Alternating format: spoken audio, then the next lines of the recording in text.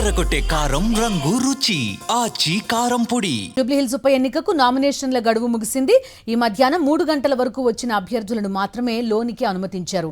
దీంతో నామినేషన్లు వేయడానికి రిటర్నింగ్ ఆఫీస్ కాంపౌండ్ లో భారీగా క్యూ కట్టారు. సుమారు 100కు పైగా స్వతంత్ర అభ్యర్థులు గేట్ లోపల ఉన్న అభ్యర్థుల నామినేషన్లను స్వీకరించనున్నారు ఆర్ఓ. గడిచిన 9 రోజుల్లో 2 రోజుల సెలవు మినహా 7 రోజుల్లో భారీగా నామినేషన్లు దాఖలయ్యాయి. చివరి రోజు కావడంతో ఈ రోజు కూడా భారీగా వచ్చారు స్వతంత్ర అభ్యర్థులు. నిన్నటిదాకా 96 నామినేషన్లు దాఖలవగా ఇవాళ సంఖ్య డబుల్ అయ్యే అవకాశం ఉందని అధికారులు చెప్తున్నారు. పూర్తి వివరాలు అందిస్తారు మా కరెస్పాండెంట్ సాయి కిరణ్ లైవ్ లో జాయిన్ అవుతున్నారు. సాయి కిరణ్, చెప్పండి. చూస్తున్నావు జూబ్లీహిల్స్ ఉప ఎన్నిక, జనరల్ ఎలక్షన్స్ తర్వాత వచ్చిన ఉప ఎన్నిక, భారీగా వస్తున్నాయి నామినేషన్లు.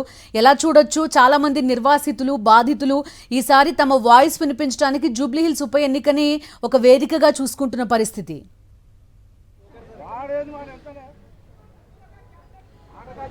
బిందు, జూబ్లీహిల్స్ ఉప ఎన్నికలో భారీగా నామినేషన్లు పడుతున్నాయి. ఇప్పటి వరకు అంటే దివాళీ ముందు రోజు 96 నామినేషన్లు దాఖలు కాగా ప్రస్తుతం నామినేషన్ల గడువు ముగిసింది 3 గంటలకు. కానీ ఎవరైతే 3 గంటల వరకు గేట్ లోపల ఉన్నారో వాళ్ళందరికీ కూడా ఆర్ఓ అధికారి అయితే అనుమతి ఇచ్చారు. సో వారందరూ కూడా ఇంకా మనం క్యూ లైన్ చూస్తున్నాము.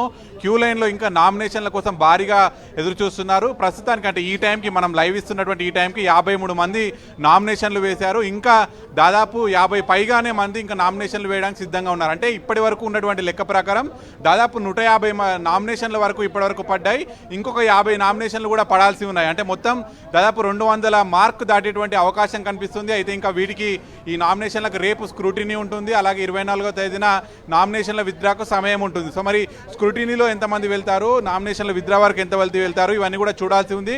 మొత్తానికి జూబ్లీహిల్స్ ఉప ఎన్నికలను అయితే భారీగా నామినేషన్లు పడుతున్నటువంటి మనం చూస్తున్నాము. ముఖ్యంగా ప్రభుత్వం మీద అసంతృప్తి ఉన్నటువంటి వాళ్ళు, ఆర్ఆర్ఆర్ బాధితులు అంటే RRR road, regional ring road బాధితులు కావచ్చు, ఫార్మాసిటీ బాధితులు, లగచర్ల రైతుల బాధితులు, ఇట్లా అలాగే మైనార్టీ స్కీమ్స్ అందట్లేదు అనేటువంటి వాళ్ళు, మాల సంఘాలు వాళ్ళ వర్గీకరణ కోసం కావచ్చు, ఇట్లా అనేక మంది నిరుద్యోగులు, అయితే ఉద్యమకారుల జేఏసీ తరపున వాళ్ళు, సో ఇట్లా ఎవరైతే ప్రభుత్వం మీద అసంతృప్తి ఉన్నారో వాళ్ళందరూ కూడా ప్రభుత్వానికి ఈ ఉప ఎన్నిక ద్వారా ప్రభుత్వానికి ఒక మెసేజ్ ఇవ్వడం కోసం ఈ ఉప ఎన్నికను నామినేషన్ల ద్వారా వాళ్ళు వినియోగించుకుంటున్నటువంటి పరిస్థితి ఉంది. మరి ఇంతమంది నామినేషన్లు వేస్తే ఉప ఎన్నికకు సంబంధించి ఈవీఎంల ద్వారా ఉంటాయి కాబట్టి మరి ఆ ఈవీఎంలలో ఏ విధంగా అడ్జస్ట్మెంట్ చేస్తారు అనేటువంటి ఒక సవాల్ ఇప్పుడు అధికారుల మీద ఉంది. ఎందుకంటే మనం ఇప్పుడు దాదాపు 200 పైగా నామినేషన్లు పడితే మరి స్క్రూటినీ అనంతరం కూడా ఇన్ని నామినేషన్లు పోటీలో అభ్యర్థులు ఉంటే మరి ఏ విధంగా అడ్జస్ట్ చేస్తారు ఈవీఎంస్ అనేటువంటి చూడాల్సి ఉంది. లేకపోతే మళ్ళీ బ్యాలెట్ పద్ధతి ద్వారా ఎన్నికకు వెళ్తారా అనేటువంటి చూడాల్సి ఉంది. ఎందుకంటే ఒక కంట్రోల్ యూనిట్కి దాదాపు 4 ఈవీఎంలను జత చేయొచ్చు. 4 ఈవీఎంల ద్వారా దాదాపు 63 మంది అభ్యర్థులు పోటీలో ఉంచవచ్చు. అయితే ఇప్పుడు 200 మంది పైగా నామినేషన్లు పడుతున్నాయి. 150 వరకు ఒకవేళ స్క్రూటినీ తర్వాత ఉన్నప్పటికీ కూడా ఒక కంట్రోల్ యూనిట్కు 24 బ్యాలెట్లు ఉంచినా కూడా దాదాపు 300 మంది అభ్యర్థులను పోటీలో ఉంచి వారన్నిటికి సంబంధించి పోలింగ్ ప్రక్రియను సజావుగా జరిగేలా కూడా చూడొచ్చు. మరి అధికారులు ఏ నిర్ణయం తీసుకుంటారు? ఈవీఎం వైపు వెళ్తారా లేకపోతే బ్యాలెట్ పద్ధతి ద్వారా ఈ ఎన్నికలకు వెళ్తారనేటువంటి చూడాలి. ఒక అభ్యర్థి కూడా ఉన్నాడు, నామినేషన్ వేయడానికి ఇంకా ఎదురు చూస్తూనే ఉన్నాడు. మీరంటే దేనికోసం నామినేషన్ వేయాలనుకుంటున్నారు? రీజన్ ఏంటి? రీజన్స్ చాలా ఉంది సార్, కానీ ఫస్ట్ నా మెయిన్ రీజన్ ఏంటంటే మైనారిటీస్కి ఏంది లేవు, నా మినిస్టర్ రావట్లేదు, నా క్యాబినెట్లో కూడా ఎవరు రావట్లేదు.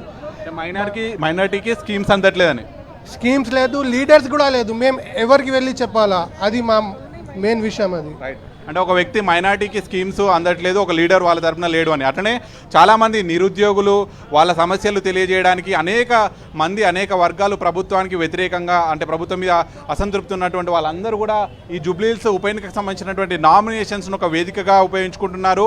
ప్రధాన పార్టీ అభ్యర్థులు సరే వాళ్ళు ఎలాగో నామినేషన్లు వేస్తారు, కానీ ముఖ్యంగా ఇతరులు, స్వతంత్రులు అనేక మంది ఇందులో నామినేషన్లు చూస్తున్నాము. అంటే జూబ్లీహిల్స్ బైపోల్లో పెద్ద ఎత్తున అభ్యర్థుల సంఖ్య మనకి ఇక్కడ నామినేషన్లో కనిపిస్తుంది. మరి ఎన్నికల అధికారులు దీన్ని ఏ విధంగా ముగిస్తారు? బ్యాలెట్ పద్ధతిన వెళ్తారా లేకపోతే ఈవీఎంల ద్వారా వెళ్తారా అనేటువంటి చూడాల్సి ఉంది. Bindu. Okay Sai Kiran, thank you.